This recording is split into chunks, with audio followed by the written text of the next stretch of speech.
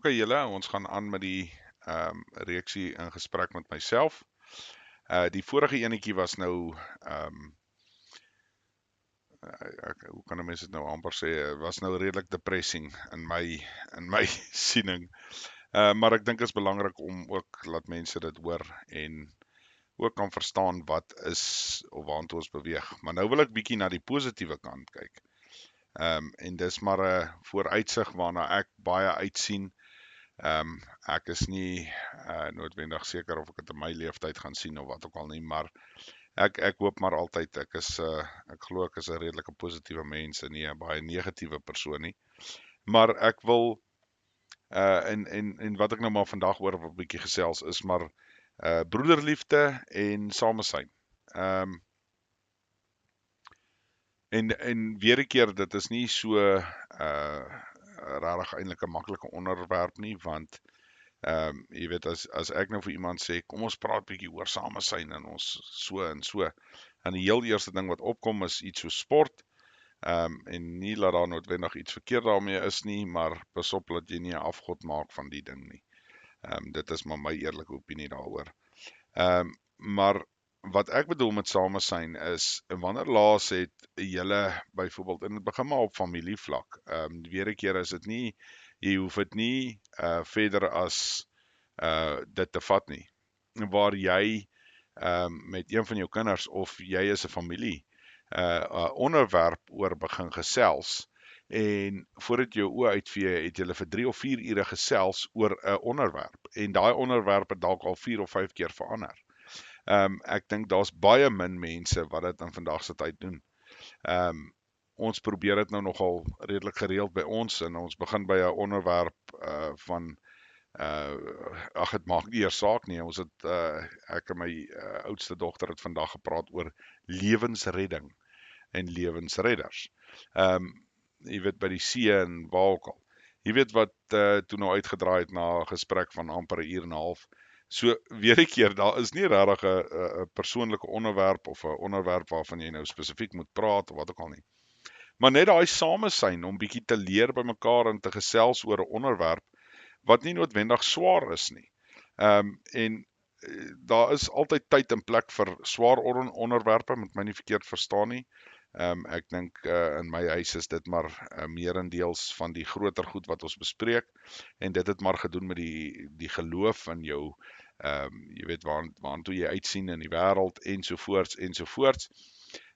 Maar net daai gewone jy weet, jy praat oor dinge wat nou nie regtig so relevant is nie, maar dit is altyd interessant.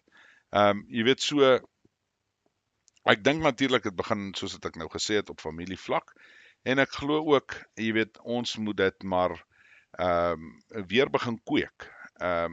Jy weet, ons het half daai vermoë verloor. Jy weet, as jy in die aande by die huis kom of wat ook al, pa en ma werk albei waarskynlik. Jy weet, hulle kom by die huis, nou kos nog gemaak word. Jy weet, die wat nou nog kinders, moet daar nou nog baie keer huiswerk gedoen word. En voordat jou oë uitvee, is dit 8:00 of 9:00 die aand, en dan word daar gewoonlik either 'n bietjie TV gekyk, en dan gaan almal bed toe, of al word gebad en almal gaan bed toe, en dan word daar geslaap. Jy weet, en jy weet, ek verstaan die gejaagdheid van die lewe, maar jy weet, weer 'n keer, ek sien dit so, dit is redelik eenvoudig. Jy weet, daai tyd wat jy nou sou spandeer het om televisie te kyk, jy hoef nie. Jy het 'n gesprek en julle praat oor sommer net gewone goede. Jy weet, dit kan so eenvoudig wees waar jy net vir jou kinders vra, ja, hoe was jou dag by die skool, wat het julle gedoen, jy weet, wat.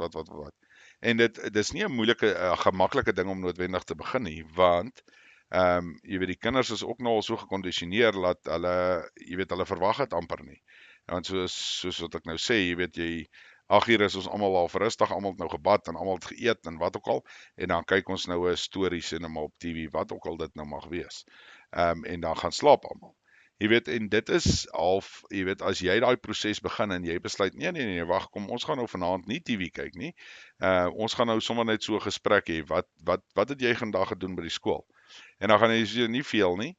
So jy gaan dit ook moet bietjie aanraak, jy weet, en meer probeer uitvis ensovoorts, want op die einde van die dag, jy weet, as jy nie gewoond is om so iets te doen nie, dan is dit nogal moeilik om jou kinders betrokke te kry.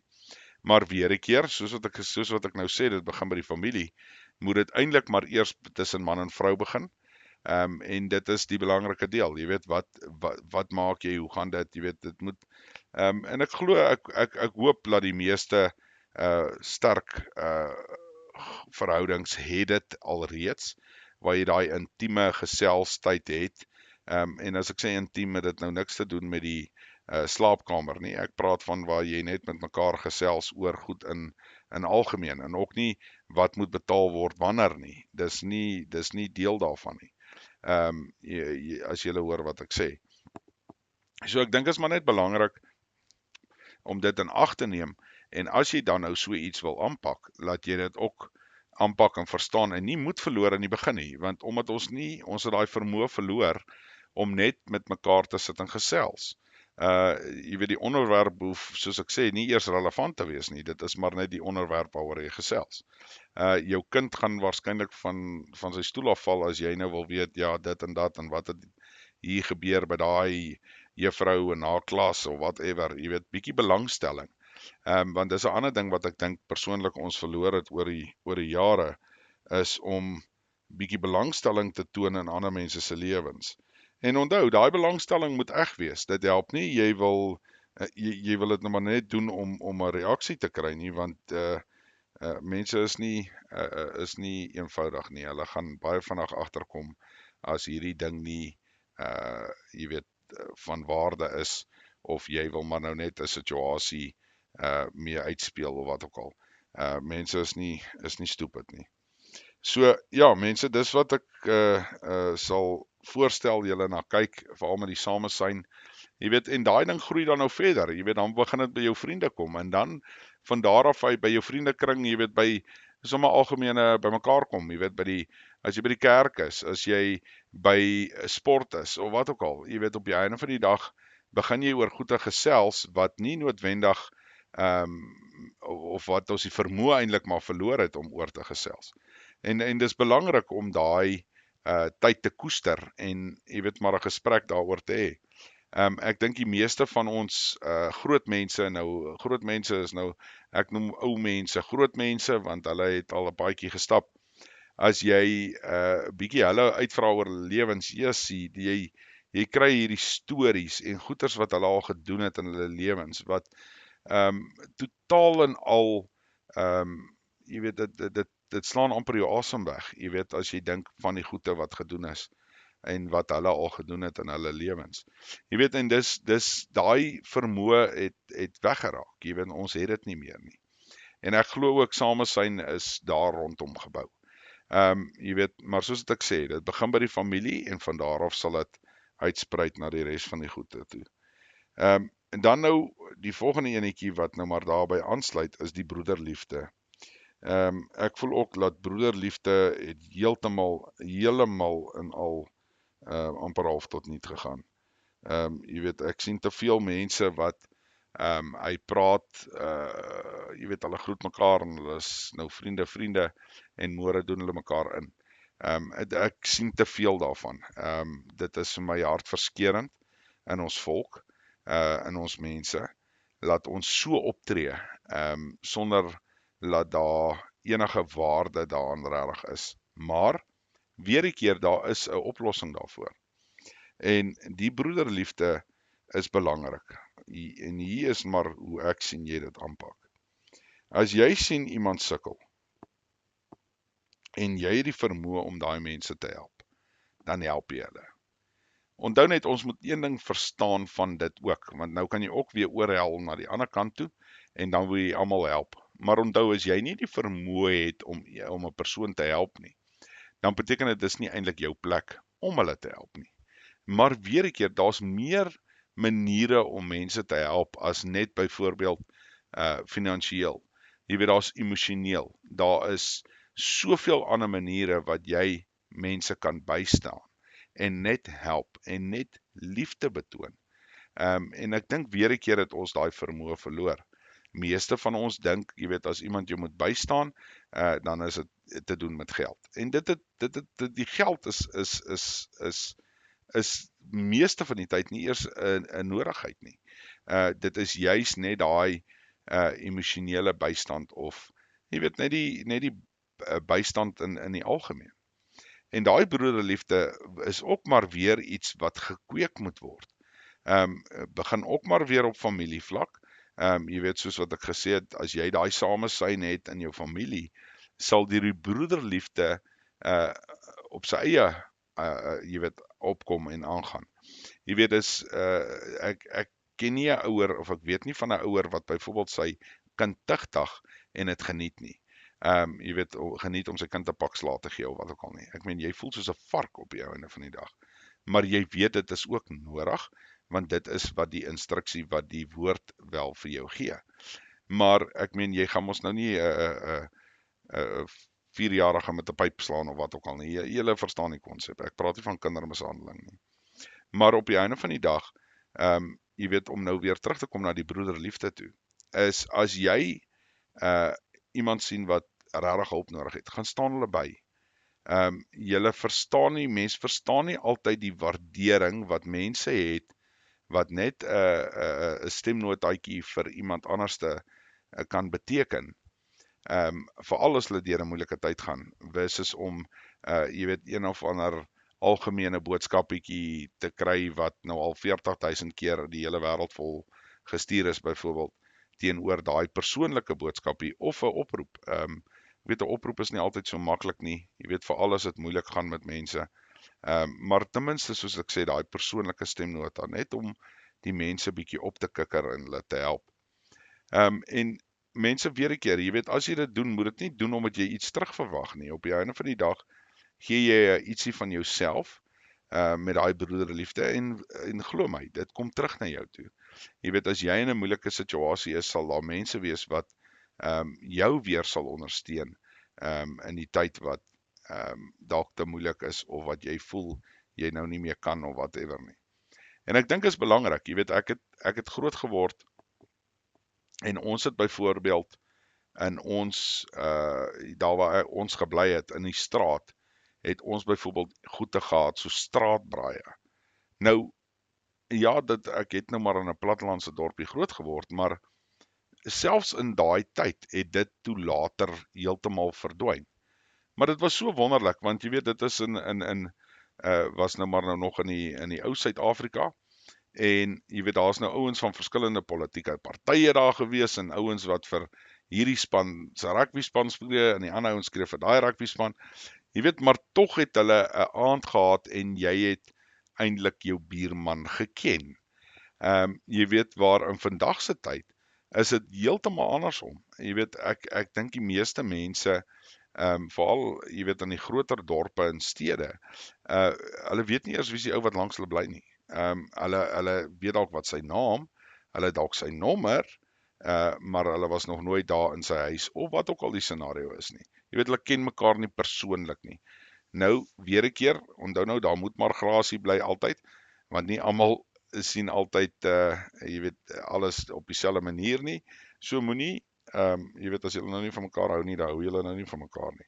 Maar ten minste was daar wat julle probeer het om, jy weet, julle gesels ten minste met mekaar. Jy weet, dit is baie makliker om iemand te help wat jy ken en persoonlik ken, as iemand wat net, jy weet, as 'n vreemdeling voor jou deurstoep opdaag.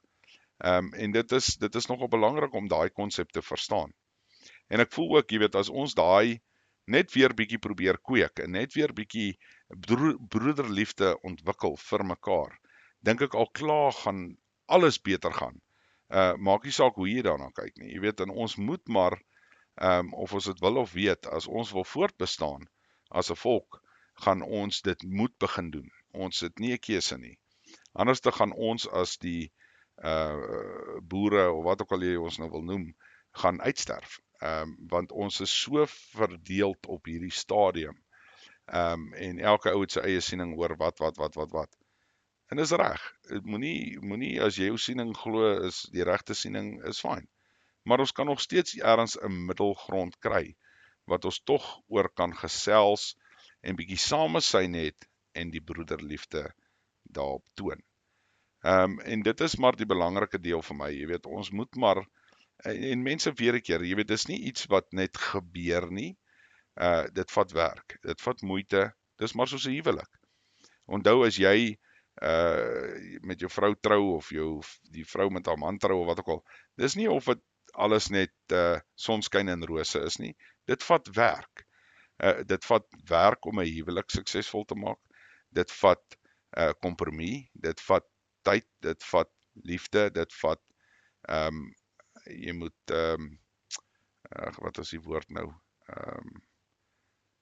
jy weet, jy moet ek kan nou nie op die woord kom, het sal seker nou na my toe kom, maar anyway, jy weet so, maar dis dieselfde met broederliefde, jy weet, dis nie iets wat net oor nag gekweek word nie, dis iets wat jy moet koester, en jy moet maar jou tyd vat daarmee, maar ons moet ergens begin, want ons het dit heeltemal verloor. Jy weet, ons sit nou op 'n punt waar, daar is nie so iets nie, en dit is half vir my of die mense ook nie eers daaraan belangstel nie, jy weet, dit is me, myself and I, en jy weet, dit is 'n gevaarlike ding om na te kyk en na toe te beweeg. Ons moet probeer, soos wat ek sê, om maar net daai samesyn en daai broederliefde aan te werk, te koester en te kweek.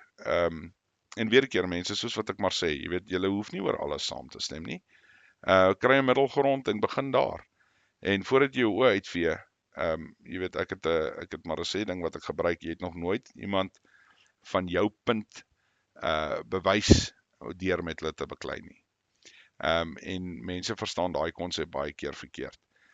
Jy weet, so as ek en jy, jy weet, ons stem nie saam oor 'n punt nie, maar ek voel dat my punt is reg en jou punt is dalk verkeerd, en as jy daaroor beklei, gaan jy definitief nie daai ou ooreed om jou punt in te sien nie. En dit is waar ons baie keer die fout maak, en ek dink dis wat in baie huwelike ook baie keer verkeerd gaan. Dit help nie jy beklei oor iets nie, kom met die realiteite, kom met die bewyse, en dan is dit 'n redelike eenvoudige proses om van daar af te werk. Maar weer, mense, soos wat ek sê, daai broederliefde, daai samesyn, is iets wat ons gaan moet aanwerk, en dit begin in die familie, begin in die huis, en spandeer tyd. Jy hoef nie oor moeilike onderwerpe te praat nie, ons lewe in 'n tyd waar, ekskuus, waar, jy weet, die petrolprys gaan nou weer op, jy weet, hierdie maand, en is nou soveel meer, en alles goed, dit is nie waarvan ek praat nie. Praat oor iets wat amper irrelevant is, jy weet, waar jy net so bietjie middelgrond kan kry, en van daar af sal daai liefde self ontspring en self kweek, en daai broederliefde sal weer ontwikkel. Inteendeel dink ek baie keer ons mans kan partykeer by die vrouens leer, maar ook nie al die pad nie, want die vrouens raak nou weer, hulle kry daai baie vinnig, is hulle verlief in, of nie verlief nie, verlief is nou die verkeerde woord, maar kan hulle liefde vir mekaar kry as vrouens, en dan op die einde van die dag, kan hulle net so vinnig weer kwaad raak ook vir mekaar, waar mans vat hom 'n bietjie langer, en maar as hulle nou eers mekaar sien as broers, jy weet, dan is dit nie iets wat jy net sommer kan breek nie. So ja, mense, ek wil nou maar net daar aangeraak het vandag, veral na laaste boodskapie, want dit was so bietjie van 'n, ek sal nie sê 'n stywe een nie, maar dit is ook maar tog belangrik om dit te hoor. Maar daar is iets wat ons na kan uitsien, en ek glo ons moet weer terug beweeg na daai broederliefde toe. Jy weet, as jy dink in die vroeë jare, toe almal vir mekaar gesê het, nig en neef, oom en tannie, want ek het met 'n skok uitgevind dat daar is sekere mense wat nie meer vir mense byvoorbeeld sal sê oom of tannie nie. En dan is daar ooms en tannies wat natuurlik vir mense sê moet my nie oom of tannie noem nie. En ek voel dit het maar 'n groot ding met respek te doen. En dit gaan waarskynlik my volgende stemgreep wees, gaan respek wees.